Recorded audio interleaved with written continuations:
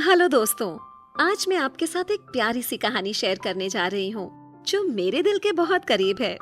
तो चलिए शुरू करते हैं। मीरा की मुलाकात करण से लखनऊ के कॉलेज के पहले दिन हुई, जब सीनियर्स फ्रेशर्स से इंटरैक्ट कर रहे थे। उन दिनों सीनियर्स का जूनियर्स से बातचीत करना और हल्की फुल्की रैगिंग एक आम बात हुआ करती थी। आसपास अपने बैचमेट्स की रैगिंग होते देख मीरा थोड़ी नर्वस दिख रही थी। हेडफोन्स पहने और वॉकमैन लिए एक हल्की सी मुस्कान के साथ करण मीरा के पास आया, जो क्लियरली घबराई हुई थी। करण ने ये देख मीरा की टेंशन कुछ कम करने की कोशिश की। कैसे हम पहले बॉलीवुड गेम खेला करते थे, जिसमें वर्ड के सिर्फ वावल्स लिखते थे और बाकी लेटर्स फिल करके पूरा वर्ड गेस करना होता था। बस उसी तरह करण ने भी मीरा को हिंट्स दिए अपना नाम गेस करने के लिए। पहले तो मीरा को समझ नहीं आया कि वो कैसे रिएक्ट करे, पर इस पहली मुलाकात से एक बात तो क्लियर थी कि करण आम सीनियर्स की तरह नहीं था।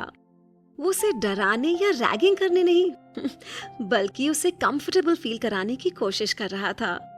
मीरा ने करण के बारे में कभी इससे ज्यादा नहीं सोचा कि वो उन गिने चुने सीनियर्स में था जो फ्रेशर्स को रैग नहीं करते थे। जहां उसके ज्यादातर बैचमेट्स जूनियर्स की हार्मलेस रैगिंग करते और मस्ती मजाक करते, वही करण सबसे काइंड हार्टेड, अंडरस्टैंडिंग और वाकई एक जेन्युइनली अच्छा इंसान था। जैसे जैसे समय बीतता गया, करण मीरा से बात करने के बहाने ढूंढने लगा। कभी 2 लेक्चर्स के बीच में, कभी लंच ब्रेक में, तो कभी क्लासेस खत्म होने के बाद। करण को कभी भी मीरा से बात करने के लिए एफर्ट नहीं डालना पड़ता था। उसने न ही कभी मीरा को उससे बात करने के लिए फोर्स किया और न ही कभी अपनी लिमिट्स क्रॉस की। अभी ज्यादा समय नहीं बीता था कि मीरा को करण के फ्रेंड्स कहने लगे, you know Karan really likes you. वो देर रात तक टेरेस पर बैठकर कॉफी का मग लिए तारों को देखता रहता है। जो बात उन्होंने मीरा को नहीं बताई वो ये थी कि करण वहाँ घंटों बैठा रहता, चुपचाप आसमान को ताकता और बस मीरा के बारे में सोचता कि क्या वो कभी उसे उसी नजर से देखेगी जैसे वो उसे देखता था। मीरा बस ये कहकर टाल देती कि he's just a sweet senior and a good friend. That's all.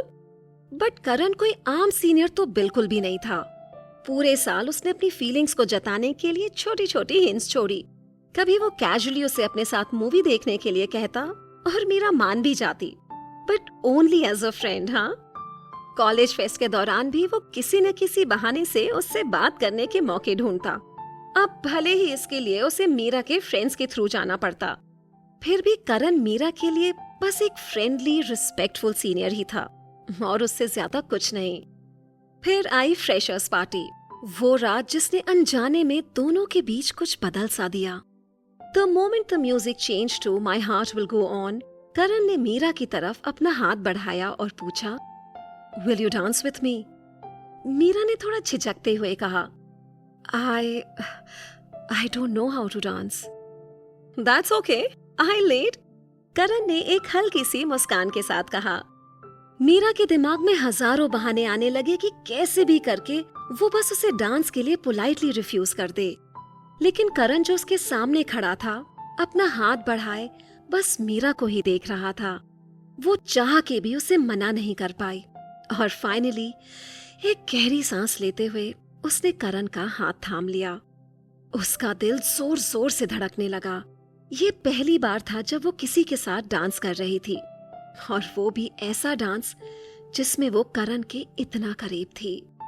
Lights dim हुई, म्यूजिक बजने लगा और जैसे ही करण ने मीरा को हल्के से कमर से पकड़ा, मीरा के शरीर में मानो एक सिरहन सी उठी और करण के लिए टच कोई 440 वोल्ट के झटके से कम नहीं था।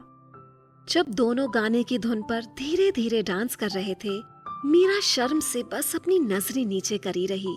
वो करण की आंखों में देखने की हिम्मत ही नहीं जुटा पा रही थी। करण ने शरारत भरी स्माइल के साथ मीरा को देखते हुए पूछा, you know the rule of a close dance, right? Meera, जिसकी नजरें अभी भी नीचे ही थी, ने पूछा, कौन सा rule? You have to look into the eyes of the beholder. Meera की सांसें मानो थम सी गई हों। धीरे धीरे उसने आंखें उठाई और पहली बार उस रात उसकी नजरें करण की नजरों से मिली। उस पल में जैसे कुछ बदल सा गया हो। एक खामोश एहसास जिसे मीरा अभी एक्सेप्ट करने के लिए तैयार नहीं थी। फाइनली 3rd ईयर्स के जाने का टाइम आ गया। करण, जो हमेशा से एक सुलझा और मैच्योर इंसान था, उसने कभी मीरा से उसका नंबर नहीं मांगा। इनफैक्ट उसने गुड बाय कार्ड अपने नंबर और एक छोटे से नोट के साथ दिया। If you ever feel like reaching out, you know where to find me. Life दोनों को अलग अलग रास्तों पर ले गई।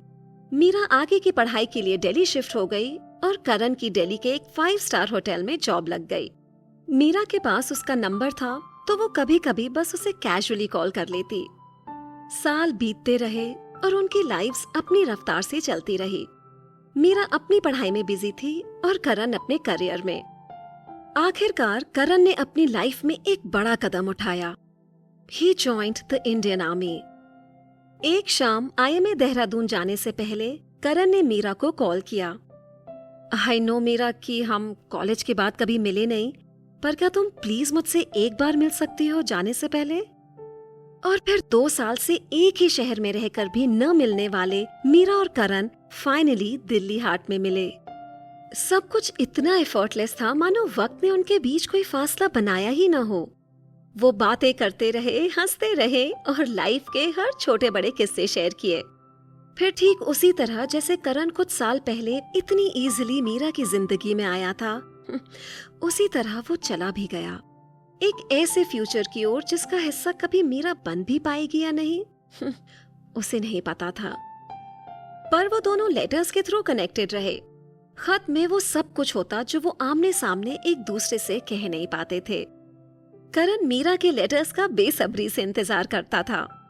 कभी कभी वो पीसीओ से उसे कॉल करता, सिर्फ उसकी आवाज सुनने के लिए। जब भी करण छुट्टियों में घर आता, दोनों जरूर मिलते, और वो भी बिना किसी से छुपाए। Just 2 friends catching up, always with a quiet understanding that they belong to different worlds। फिर पता नहीं कब, पर मीरा धीरे धीरे करण के लिए एक फ्रेंड से कुछ ज्यादा फील करने लगी थी। उसे न तो खुद पता था कि ये सब कब और कैसे हुआ, और न ही ये कि करण भी क्या ऐसा ही फील करता है उसके लिए। लेकिन ये बात तो पक्की थी कि उसकी लाइफ उन लेटर्स और मुलाकातों के बिना अधूरी सी होती। इधर करण को अपनी ट्रेनिंग पूरी करने के बाद पोस्टिंग ऑर्डर मिल गया, और उधर मीरा ने गुड़गांव की एक MNC में एज अ ट्रेनर ज्वाइन कर लिया। As luck would have it, इसी दौरान एक तरफ मीरा के पेरेंट्स उसके लिए रिश्ता ढूंढने लगे और दूसरी ओर करण के घर वाले उसके लिए। दोनों ने अभी तक एक दूसरे से अपनी फीलिंग्स को कन्फेस नहीं किया था। बस इतना एहसास जरूर था कि वक्त हाथ से निकला जा रहा था। इसी दौरान मीरा की एक क्लोज फ्रेंड साची, जिसने उनकी दोस्ती को बहुत करीब से देखा और जाना था, आखिरकार वो सवाल करण से पूछ ही बैठी जो मीरा खुद पूछने की हिम्मत जुटा नहीं पा रही थी। Do you like Meera? Yes. Do you love her? Yes. If given a chance, would you like to marry her? Absolutely, without a doubt. करण ने एक्साइटेड होते हुए कहा। And that was it.